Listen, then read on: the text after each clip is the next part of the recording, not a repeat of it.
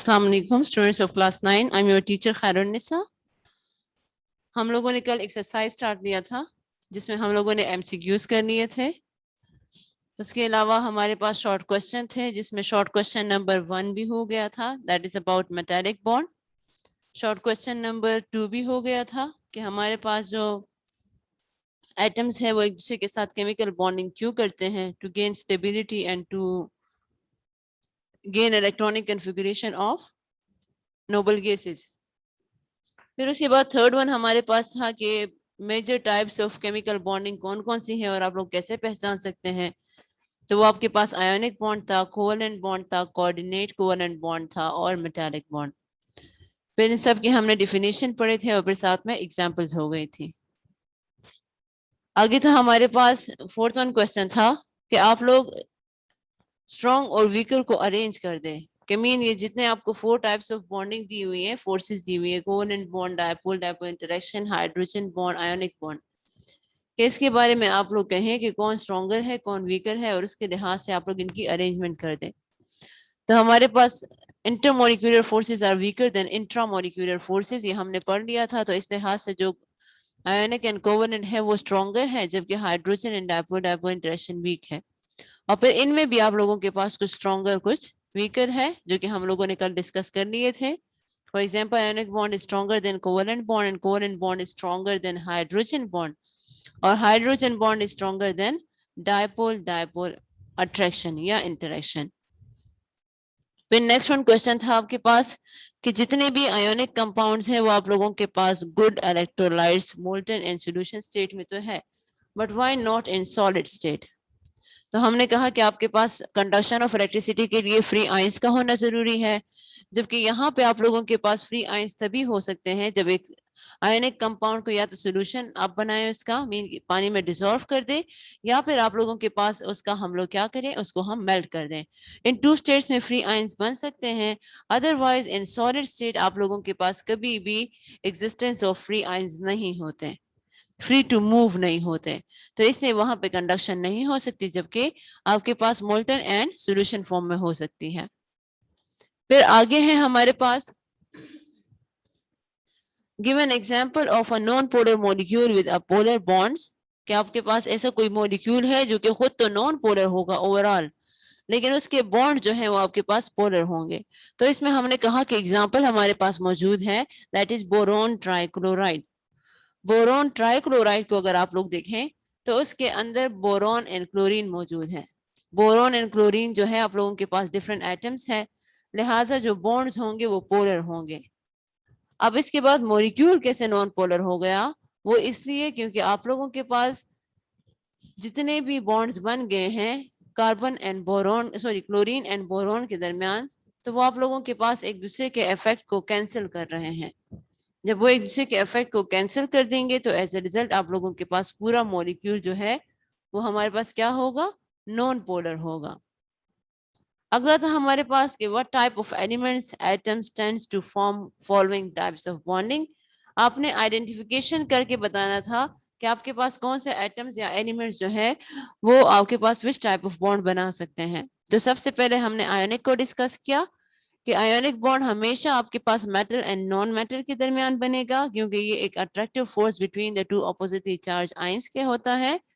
दूसरा हमारे पास था कोवेलेंट बॉन्ड। कोवेलेंट बॉन्ड आपके पास हमेशा म्यूचुअल शेयरिंग ऑफ इलेक्ट्रॉन से बनता है और इसके लिए जो पार्टिसिपेटिंग एटम्स हैं वो हमेशा आपके पास नॉन मेटल्स होने चाहिए। फिर उसके बाद हमारे पास जो दूसरा था that is metallic bond. Metallic bond का हमने कहा था कल कि आपके पास it is the attractive force between metal positive ion and electron sea. अब इसके दरमियान जो भी फोर्सेस हैं उसको हम लोग क्या कहेंगे, मेटालिक बॉन्ड कहेंगे। यहाँ पे आप लोगों के पास पार्टिसिपेटिंग एलिमेंट्स कौन से होने चाहिए, तमाम मेटल्स जो है वो आपके पास सिमिलर टाइप्स ऑफ एटम्स होने चाहिए। अब आज टॉपिक स्टार्ट करते हैं नेक्स्ट क्वेश्चन का, that is predict the bond type ionic polar covalent non polar covalent in each of the following. आपको डिफरेंट एलिमेंट्स गिवन है, कंपाउंड सॉरी, और उसमें आपने बताना है कि which type of bond exist करता है। क्या वो आयोनिक है, क्या इसमें ये पोलर कोवेलेंट बॉन्ड पाया जाता है, क्या इसमें नॉन पोलर कोवेलेंट बॉन्ड पाया जाता है। आपके पास एलिमेंट्स कौन कौन से हैं, CaCl2 है, कैल्शियम क्लोराइड, वाटर है H2O, कार्बन डाइऑक्साइड है CO2 और इसके अलावा आप लोगों के पास है इथीन C2H4। आंसर में देखें आप लोग तो existence of bond in molecule आप लोगों के पास डिपेंड करता है on the type of atom कि which type of atom is involve in bond formation. सबसे पहले हमारे पास है कैल्शियम क्लोराइड CaCl2। अगर हम लोग यहाँ देखें तो कैल्शियम आप लोगों के पास मेटल है, बिलोंग्स टू ग्रुप 2A, जबकि क्लोरीन आपके पास एक नॉन मेटल है which belongs to group 7A। अब कैल्शियम अपने 2 इलेक्ट्रॉन्स ट्रांसफर करेगा तो दो क्लोरीन आके एक एक इलेक्ट्रॉन को रिसीव करेंगे और as a result 2 types of ions बनेंगे। एक आप लोगों के पास होगा कैल्शियम आयन, दूसरा होगा क्लोराइड आयन। अब इन दोनों के दरमियान जो फोर्स ऑफ अट्रैक्शन डेवलप हो जाएंगी तो उस बॉन्ड को हम लोग कहेंगे आयोनिक बॉन्ड। तो इसका मतलब है कि आपको जब कभी भी कोई कंपाउंड्स दिए जाएं कि आप लोग प्रेडिक्ट करें कि इसमें आयोनिक बॉन्ड पाया जाता है, कोवेलेंट या फिर मेटालिक, तो आप लोग उसको कैसे पता चलाएंगे? आप लोगों को इसके एलिमेंट्स का पता होना चाहिए। जो पार्टिसिपेटिंग एटम्स है वो आपके पास मेटल है, नॉन मेटल है या फिर वो सिंपल आप लोगों के पास मेटल्स इन्वॉल्व है। अब यहाँ आयोनिक बॉन्ड के लिए हमने कहा कि calcium is a metal while chlorine is a non metal, तो the bond that exist that is called ionic bond. अब आगे जाएं तो आगे हमारे पास है वाटर हमारे पास है H2O। हाइड्रोजन बिलोंग करता है ग्रुप 1A से but it is still a non metal, जबकि ऑक्सीजन आप लोगों के पास बिलोंग करता है ग्रुप 6A से और ये भी आप लोगों के पास क्या है? एक नॉन मेटल है। अब यहाँ पे आप लोगों के पास जो हाइड्रोजन एंड ऑक्सीजन है बोथ आर नॉन मेटल्स और हमें पता है कि जब कभी भी पार्टिसिपेटिंग एटम्स नॉन मेटल्स हो तो वहां पे आप लोगों के पास जो बॉन्ड एग्जिस्ट करता है वो कौन सा बॉन्ड होता है? वो आप लोगों के पास कोवेलेंट होता है। अब यहाँ हमें पता है कि कोवेलेंट बॉन्ड एग्जिस्ट करता है, लेकिन हमें सिंपली क्या करना है, यहाँ ये देखना है कि आप लोगों के पास अब ये पोलर है कि नॉन पोलर है। अब वाटर में जो H2O है उसमें oxygen is more electronegative element, जबकि आपके पास hydrogen is less electronegative element. अब हाइड्रोजन जो है वो कैरी करेगा पार्शियल पॉजिटिव चार्ज, क्योंकि शेयरिंग ऑफ इलेक्ट्रॉन में आपके पास जो शेयर पेयर ऑफ इलेक्ट्रॉन है उस पर ज्यादा होल्ड ऑक्सीजन का रहता है जबकि हाइड्रोजन का कम रहता है। अब एज ए रिजल्ट हाइड्रोजन पे पार्शियल पॉजिटिव चार्ज आ जाएगा और ऑक्सीजन पे आप लोगों के पास पार्शियल नेगेटिव चार्जेस आ जाएंगे। अब as a result of partial charges जो कि 2 डिफरेंट चार्जेस आ गए हैं तो उसकी वजह से the bond exist is called polar covalent bond. Bond क्या होगा? पोलर कोवेलेंट बॉन्ड होगा। अब आगे है कार्बन डाइऑक्साइड।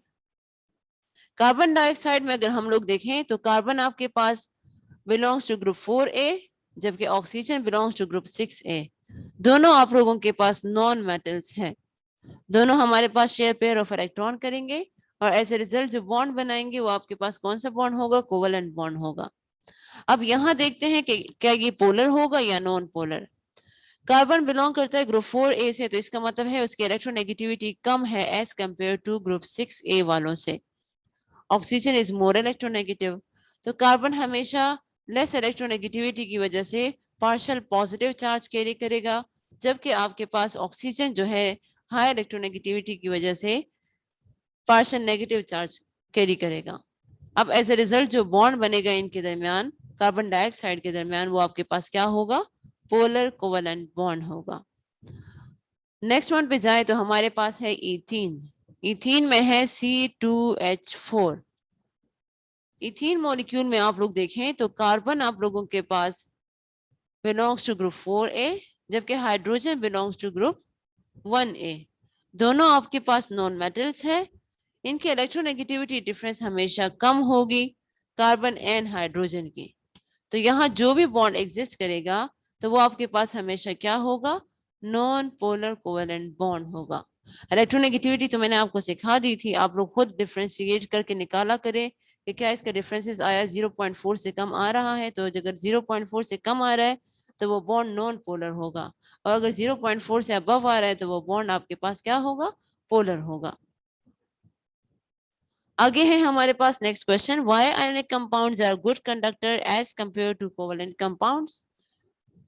स्टेटमेंट में है कि आयोनिक कंपाउंड्स गुड कंडक्टर्स हैं, कोवैलेंट कंपाउंड्स बैड कंडक्टर्स हैं। अब आयोनिक कंपाउंड्स गुड कंडक्टर्स क्यों है?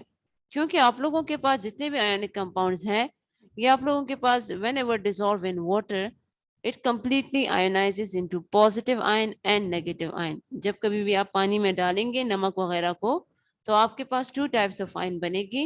एक आपके पास पॉजिटिव बनेगा, जबकि दूसरा आपके पास नेगेटिव बनेगा। अब एज ए रिजल्ट आप लोगों के पास जितने भी आयनिक कंपाउंड्स हैं वो best conductor of heat and electricity होते हैं, क्योंकि जब कभी भी पानी में नमक मौजूद होता है वहां फ्लो ऑफ करंट इजीली हो सकता है। अब आते हैं कोवैलेंट कंपाउंड्स पे। कोवैलेंट कंपाउंड्स आपके पास बेड कंडक्टर ऑफ इलेक्ट्रिसिटी है, बिकॉज जितने भी कोवैलेंट कंपाउंड्स है उसमें कंप्लीट चार्जेस नहीं आते। अगर आपको याद हो तो मैंने अभी आपको कराया कि कोवैलेंट कंपाउंड्स में partial positive and partial negative होते हैं। अब एज ए रिजल्ट जब कभी भी आप लोग इसको पानी में डिसोसिएट करेंगे तो ये आपको complete positive ion and complete negative ion कभी भी नहीं देगा। एज ए रिजल्ट हम लोग अगर देखें ग्लूकोज को, तो ग्लूकोज को जब कभी भी पानी में डिसॉल्व कर दे तो वो आपके पास C+, H+ या O- आयंस कभी भी नहीं देते हैं। वो हमेशा आप लोगों के पास रिमेन इंटैक्ट उसी हालत में रहता है और आयनाइजेशन उसकी नहीं हो सकती। अब अगर आयनाइजेशन हो ही नहीं सकती है तो क्या वहां पे आपके पास इलेक्ट्रिसिटी कंडक्ट कर सकेगी? बिल्कुल नहीं कर सकती, क्योंकि कंडक्शन ऑफ इलेक्ट्रिसिटी के लिए free ions and free electrons का होना जरूरी है, जबकि कोवैलेंट कंपाउंड ना तो फ्री आयन दे रहा है ना ही फ्री इलेक्ट्रॉन्स इसमें मौजूद है। तो ड्यू टू आयनाइजेशन आप लोगों के पास अगर कंक्लूजन में देखें तो ionic compounds are good conductors, क्योंकि ये completely ionize into positive and negative ions होते हैं, जबकि कोवैलेंट कंपाउंड्स आपके पास आयनाइज ही नहीं होते, तो इसलिए दे आर बैड कंडक्टर। अगला है हमारे पास question, give the reason that why dative bond is always polar. क्या आप लोगों के पास dative bond mean coordinate covalent bond आपके पास हमेशा पोलर क्यों रहता है? कोऑर्डिनेट कोवैलेंट बॉन्ड की डिफिनीशन पे देखें तो हमारे पास था कि आपके पास जितने भी बॉन्डिंग होगी उसमें शेयरिंग ऑफ इलेक्ट्रॉन होगी, लेकिन ये कोवैलेंट बॉन्ड एक ऐसा special type of covalent bond है कि जिसमें आपके पास शेयरिंग ऑफ इलेक्ट्रॉन तो होती है but it will be from one side of a bonded atoms. किसी एक एटम ने शेयरिंग करनी है जबकि दूसरा उसको रिसीविंग का काम करेगा। अब ये जो डोनेशन एंड रिसीविंग या एक्सेप्टेंस ऑफ इलेक्ट्रॉन्स है, इसके दरमियान जो बॉन्ड बनेगा, इसकी वजह से जो बॉन्ड बनेगा that is called coordinate covalent bond, और इसको दूसरा नाम हम लोग डेटिव बॉन्ड का दे सकते हैं। अब अगर मैं एग्जांपल के थ्रू आपको समझाऊं कि डेटिव बॉन्ड क्यों पोलर होता है, तो यहाँ पे आप लोगों के पास है कि the electrons which donate electron pair, the atoms which donate the electron pair is called donor atom, के वो वाले एटम जो कि आपके पास इलेक्ट्रॉन पेयर को डोनेट करेंगे तो उसको हम लोग क्या कहते हैं, that is called donor atom. For example ammonia में आप लोग नाइट्रोजन को देखें तो नाइट्रोजन के पास one lone pair of electron मौजूद है। जब ये इस लोन पेयर ऑफ इलेक्ट्रॉन को डोनेट करेगा किसी दूसरे एटम को, तो इस पूरे मॉलिक्यूल को हम लोग क्या कहेंगे कि ये आपके पास डोनर मॉलिक्यूल है, और इसमें जो एटम है वो कौन है, वो आपके पास नाइट्रोजन एटम है। आगे हम देखें तो एक्सेप्टर एटम है। एक्सेप्टर एटम में हम लोग कहते हैं कि तमाम वो एटम जो कि इलेक्ट्रॉन पेयर्स को एक्सेप्ट करते हैं उसको हम लोग एक्सेप्टर एटम कहते हैं। फॉर एग्जांपल आपके पास BCN3 है। BCN3 में बोरोन को अगर आप लोग देखें तो उसमें शॉर्टेज ऑफ इलेक्ट्रॉन्स है, क्योंकि उसने अपना ऑक्टेट कंप्लीट करने के लिए भी उसको 2 इलेक्ट्रॉन्स की जरूरत है। एज ए रिजल्ट क्या होगा, बोरोन जो है एक्सेप्ट करेगा lone pair of electron from nitrogen. As a result boron अब एक्सेप्टर एटम हो गया है। अब आप लोगों के पास जो इलेक्ट्रॉन डोनेट किए हैं और दूसरे एटम ने रिसीव किए हैं, तो इस बॉन्ड को हम लोग हमेशा एक एरो से रिप्रेजेंट करेंगे।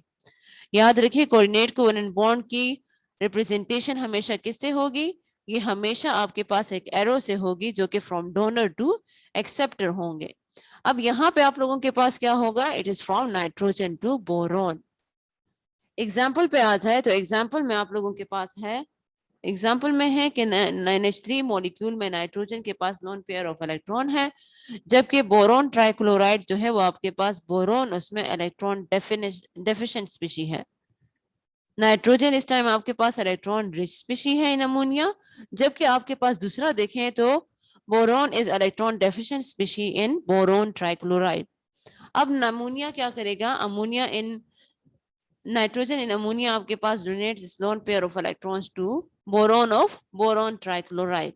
As a result, a bond is exist between the nitrogen and boron. और हम लोग उसको किससे शो करेंगे, एरो से शो करेंगे. अब कंक्लूजन पे आ जाते हैं.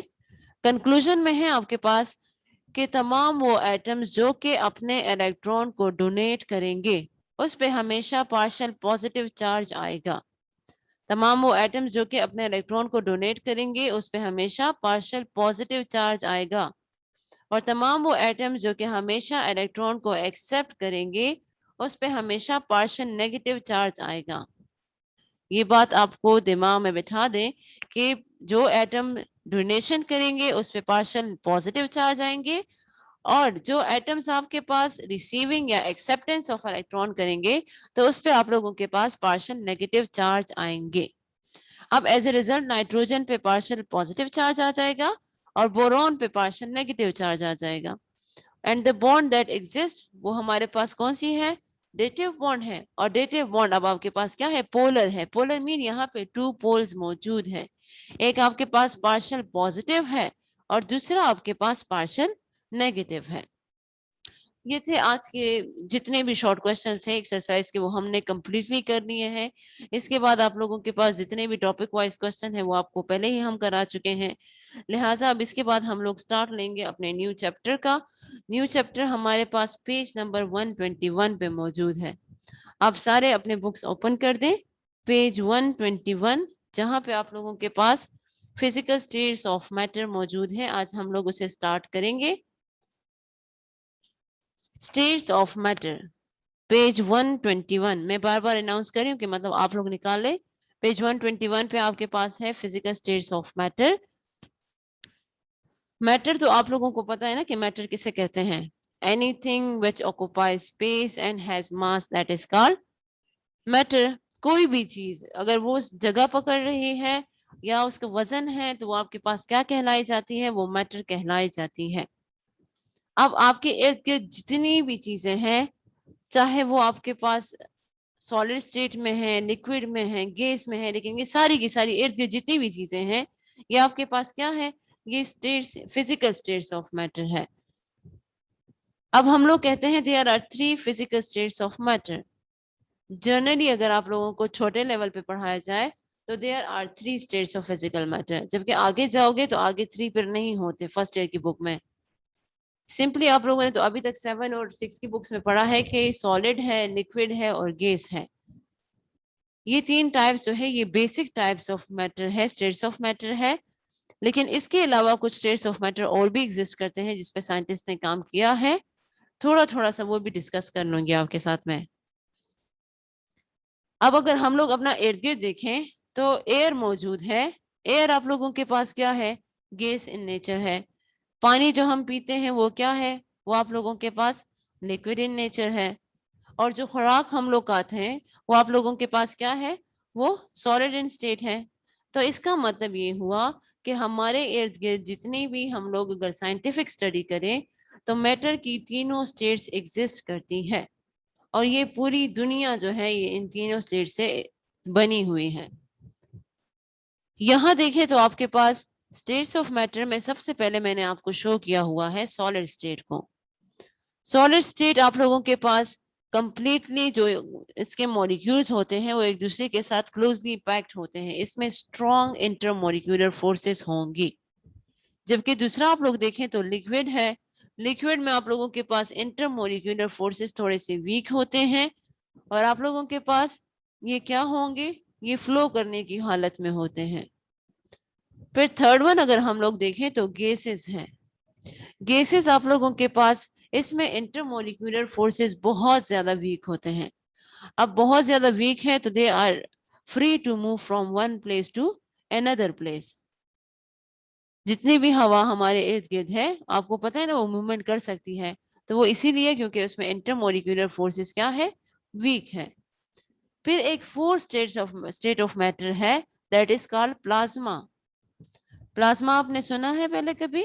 प्लाज्मा आपके पास वो स्टेट ऑफ मैटर है जिसमें सिर्फ और सिर्फ आपके पास चार्जेस होती हैं, आयंस होते हैं. प्लाज्मा कौन सा स्टेट ऑफ मैटर है जिसमें आपके पास सिर्फ और सिर्फ आयंस होते हैं। सन के इर्द गिर्द जितने भी एरिया है वो आपके पास क्या है, प्लाज्मा स्टेट है। सन के इर्द गिर्द कौन सा स्टेट है, प्लाज्मा स्टेट। वहां पे तमाम सिर्फ आयंस एग्जिस्ट करते हैं। Ions mean positive negative ions की बात कर रहे हैं हम लोग। अब आगे आ जाए तो आगे हमारे पास है कि सॉलिड स्टेट जो है वो आपके पास इंटर कन्वर्टेबल है into liquid state. Liquid is inter convertible into gaseous state, और गैसियस आप लोगों के पास इंटर कन्वर्टेबल है फिर कौन से स्टेट में, प्लाज्मा स्टेट में। आपकी बुक में भी सेकंड पैराग्राफ में ये बात डिस्कस की गई है कि जितने भी स्टेट्स ऑफ मैटर है दे आर इंटर कन्वर्टेबल, ये एक दूसरे में चेंज हो सकते हैं। फॉर एग्जाम्पल अगर मैं सॉलिड के टेम्परेचर को इंक्रीज करूं, इसको थोड़ी सी एनर्जी दूं, तो ये आपके पास मेल्ट होके किस में कन्वर्ट हो जाएगा, लिक्विड स्टेट में। फिर अगर इन केस में लेट्स सपोज लिक्विड कोई चीज ले लूं, लेट्स सपोज मैंने वाटर ले लिया है और इसका मैंने टेम्परेचर इंक्रीज कर लिया, तो टेम्परेचर इंक्रीज करने के बाद वहां पे क्या होगा, वो आपके पास कन्वर्ट हो जाएगा इनटू गैसियस स्टेट। अब ये गैसियस स्टेट में जो कन्वर्ट हो गया है, यहाँ पे हमारे पास ये इंटर कन्वर्टेबल सिस्टम है। अगर हम लोग देखें तो बर्फ है, बर्फ आपके पास सॉलिड स्टेट ऑफ वाटर है, फिर पानी जो लिक्विड स्टेट में है, और फिर उसके अलावा वेपर्स जो है वो आपके पास गैसियस स्टेट ऑफ वाटर है। तो अगर मैंने बर्फ को लिया, और बर्फ आपके पास 0 डिग्री सेंटीग्रेड पे होता है, अब अगर मैंने बाहर रख दिया तो रूम टेम्परेचर 28 डिग्री सेंटीग्रेड है, 28 टू आपके पास 30 तक हो सकता है। अब वहां पे आपके पास टेम्परेचर क्या है, इंक्रीज हो गया है। बर्फ ने क्या करना शुरू कर दिया, अपना फिजिकल स्टेट कन्वर्ट करके वो पिघल जाएगा, लिक्विड में कन्वर्ट हो जाएगा। फिर उसके बाद क्या होगा, लिक्विड आप लोगों के पास थोड़ा सा टेम्परेचर उसको दे दें, उसको आग पे आप लोग रख लें, चूल्हे पे रखें और उसको हीट करना शुरू करें, तो आपके पास वो कन्वर्ट हो जाएगा कौन से स्टेट में, गैसियस स्टेट में, वेपर्स बन जाएंगी उसकी। तो इसके लिए हम लोग कहते हैं कि आपके पास अगर फिर हम गैसेस को एक एनर्जी और दे दें तो वो आपके पास आइंस में कन्वर्ट हो जाते हैं। एज ए रिजल्ट आप लोगों के पास जितने भी स्टेट्स ऑफ मैटर है they are interconvertible into one another, इसको हम लोग एक दूसरे में कन्वर्ट कर सकते हैं। फॉर एग्जाम्पल जो गैसेस मैंने आपसे कहा कि हाई टेम्परेचर पे है, तो अगर आप लोग बर्तन पे सर रख दें तो जितने भी वेपर्स होते हैं वो कंडेंस होके कौन से स्टेट में कन्वर्ट हो जाते हैं, लिक्विड स्टेट में।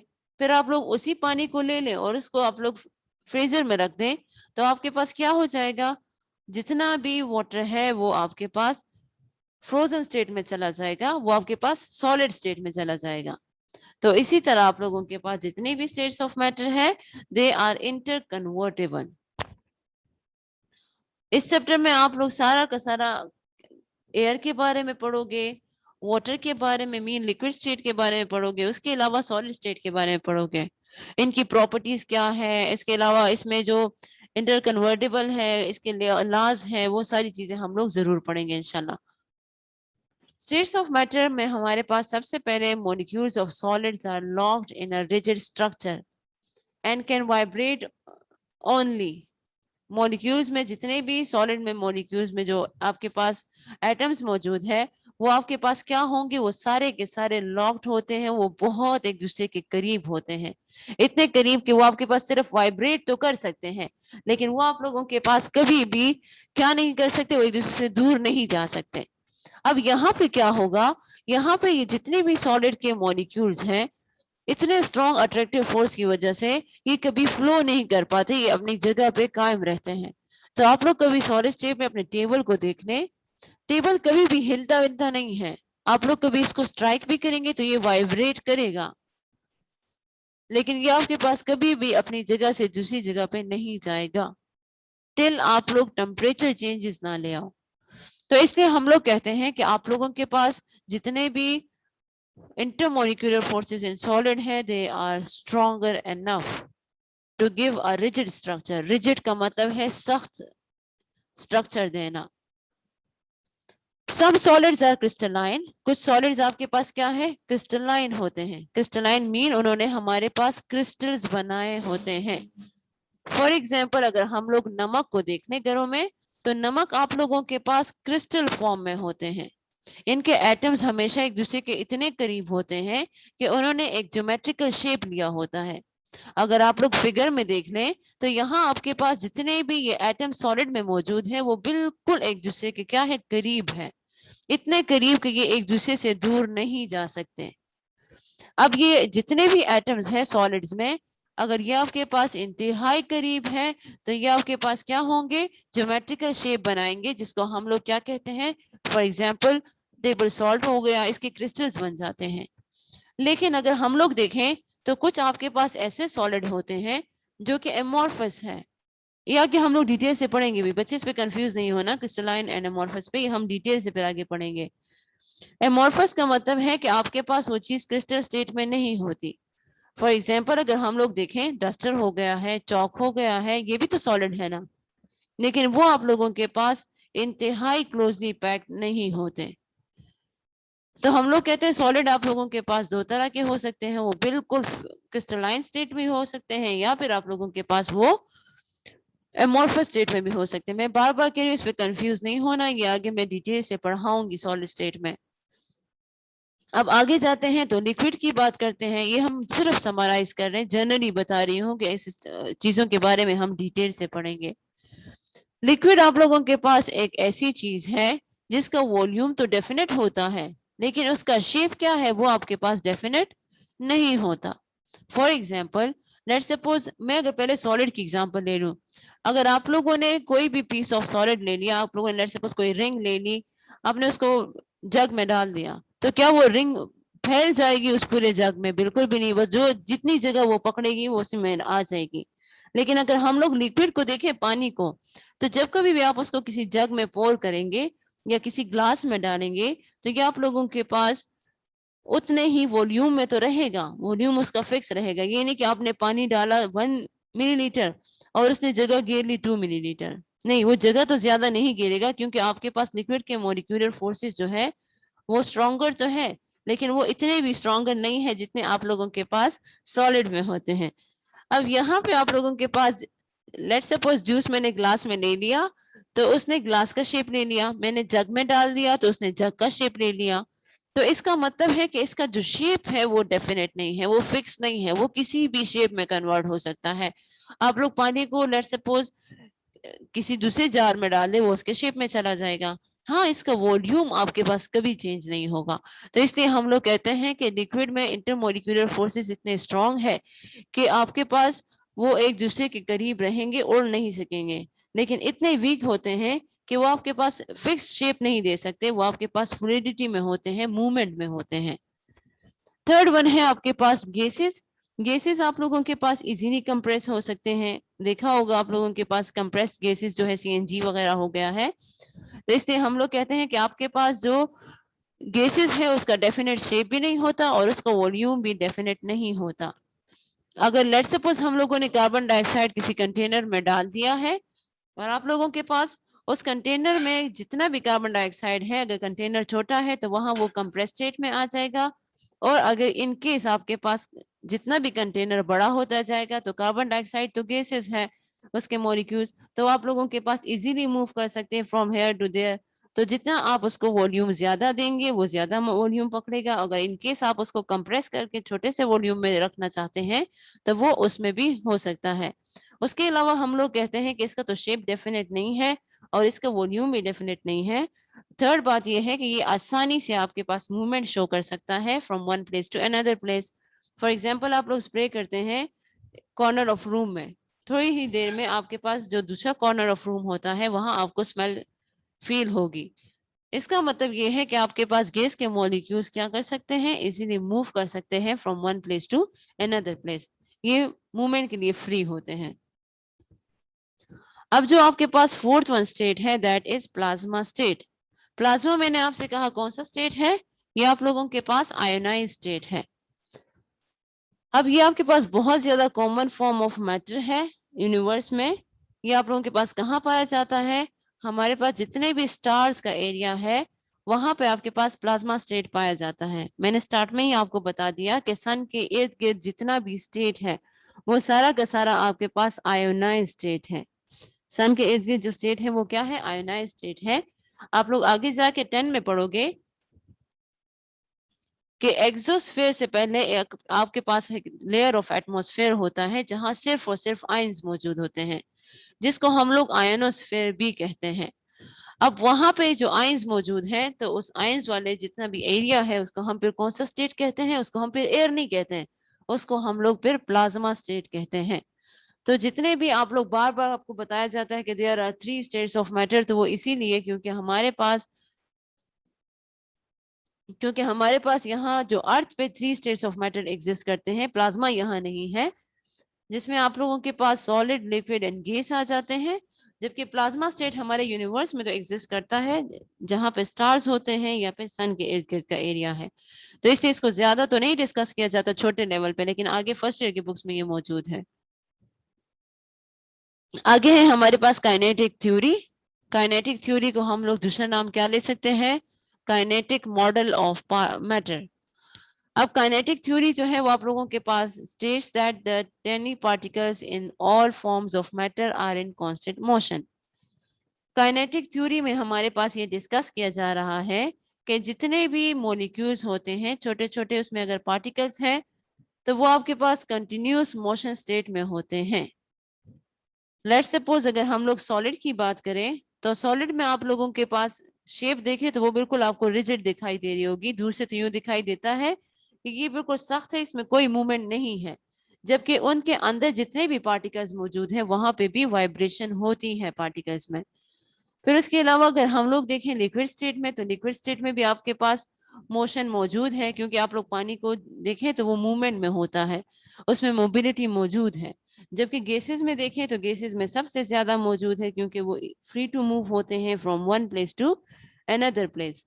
तो हम लोग कहते हैं कि जितने भी स्टेट्स ऑफ मैटर पाए जाते हैं उन सब में आपके पास कांस्टेंट मोशन होता है।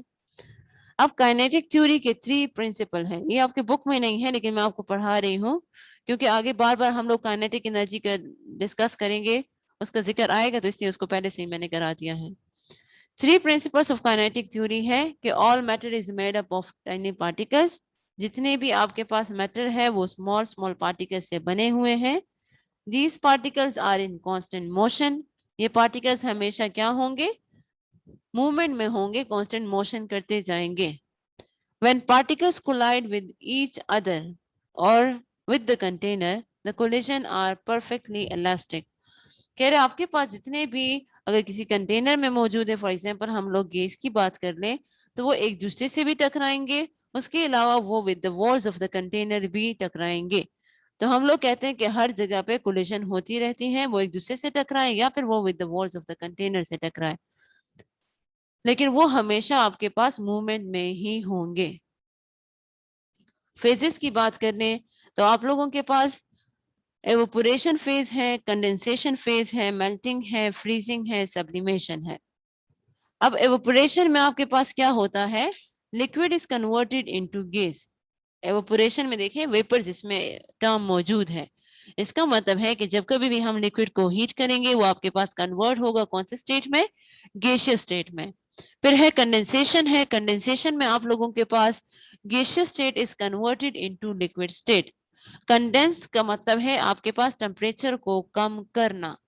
तो जब कभी भी आप लोग टेम्परेचर को कम करोगे, गैसेस के molecules come close to each other, as a result आपके पास वो किस स्टेट में कन्वर्ट हो जाएंगे? लिक्विड स्टेट में कन्वर्ट हो जाएंगे।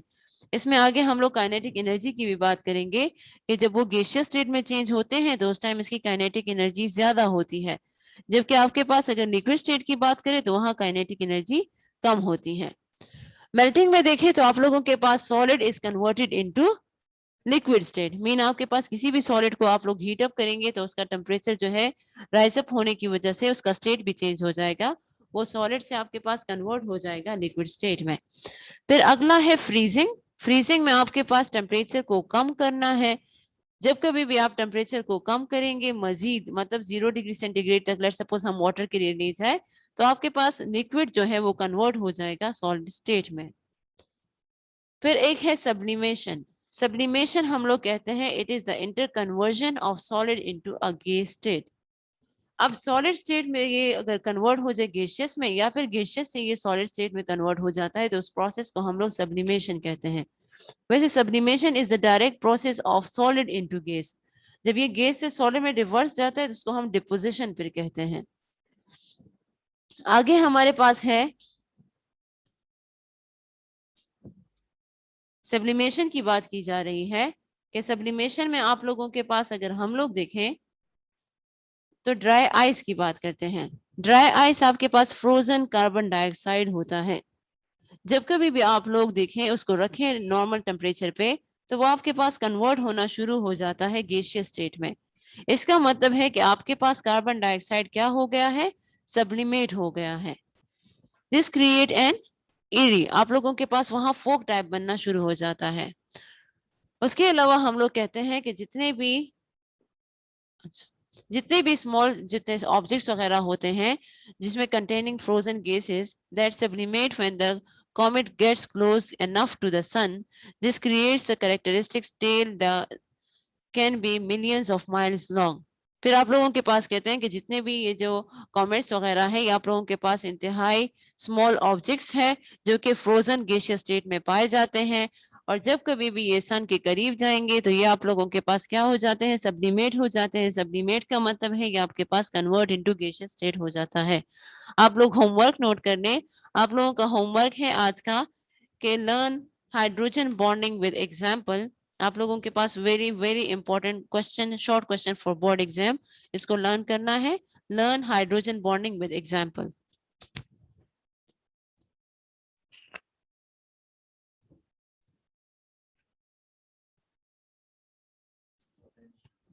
जुबैर बच्चे क्वेश्चन पूछे आप लोग। Excuse me madam. जी बच्चे बोले, तेज बोले जरा। मैडम जी मैडम, आपने जो यहाँ पर समझाया काइनेटिक वाला, वो मैडम दोबारा करवाए। कौन सा वाला दोबारा कराऊं? Kinetic kinetic. काइनेटिक, अच्छा काइनेटिक का मतलब है कि आपके पास कोई चीज मूवमेंट में हो। काइनेटिक का मतलब क्या है, मूवमेंट को कहते हैं।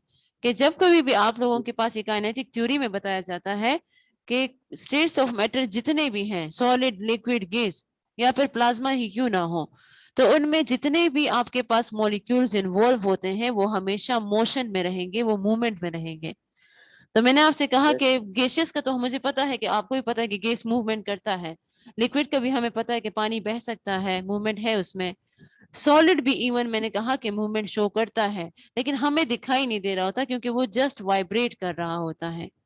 तो काइनेटिक थ्योरी हमें बताती है कि आपके पास कोई भी स्टेट्स ऑफ मैटर हो उसमें कांस्टेंट मोशन होती है।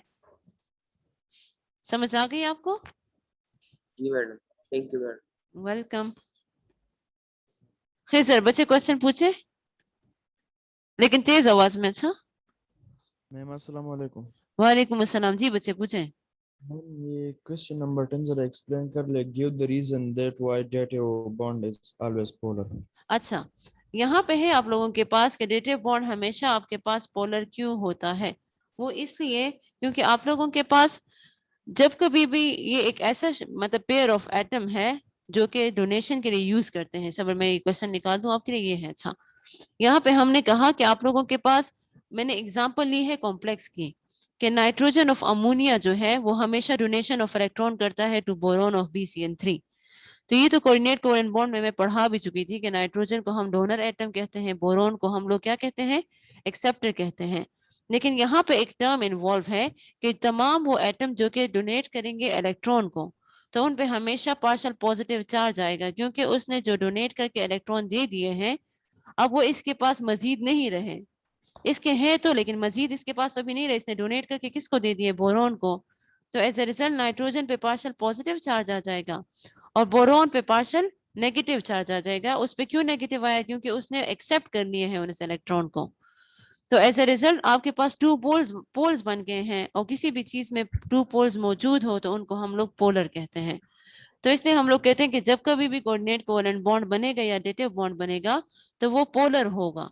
वहां पे एक पे पार्शियल पॉजिटिव आएंगे साइन जो कि डोनेट करेंगे, और जो दूसरा एक्सेप्ट कर रहा है उस पे हमेशा पार्शियल नेगेटिव साइन आएंगे। समझ आ गई है?